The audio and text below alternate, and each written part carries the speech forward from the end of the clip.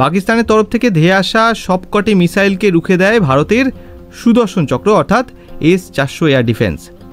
ভারতের এই শক্তিশালী S-400 এয়ার ডিফেন্সের নামকরণ নারায়ণের সুদর্শন চক্রের উপর রাখা হয়েছে।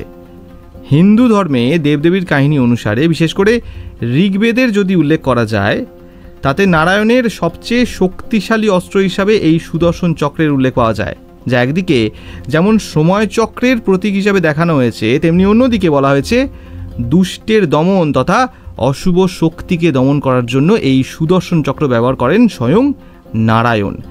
এবং মহাভারতে শিশুপাল বধের পর্বটি যদি দেখা যায়, সেখানেও এই সুদর্শন চক্রের উল্লেখ পাওয়া যায়, যার সাহায্যে শিশুপালের মাথা ধর থেকে আলাদা করে দেওয়া হয়েছিল। যতটা আমার নিজের মনে আছে, মহাভারত অনুসারে শিশুপালের 100টি ভুলের ক্ষমা করার কথা ছিল কৃষ্ণের, কিন্তু তারপর শিশুপালের কী হাল হয়েছিল তার গল্প আমরা সকলেই জানি। আমার তো মনে হয় না ভারত ও তার ভারতীয় সেনা আদৌ কাউকে কথা দিয়েছে পাকিস্তানের 100টি ভুল ক্ষমা করে দেবার।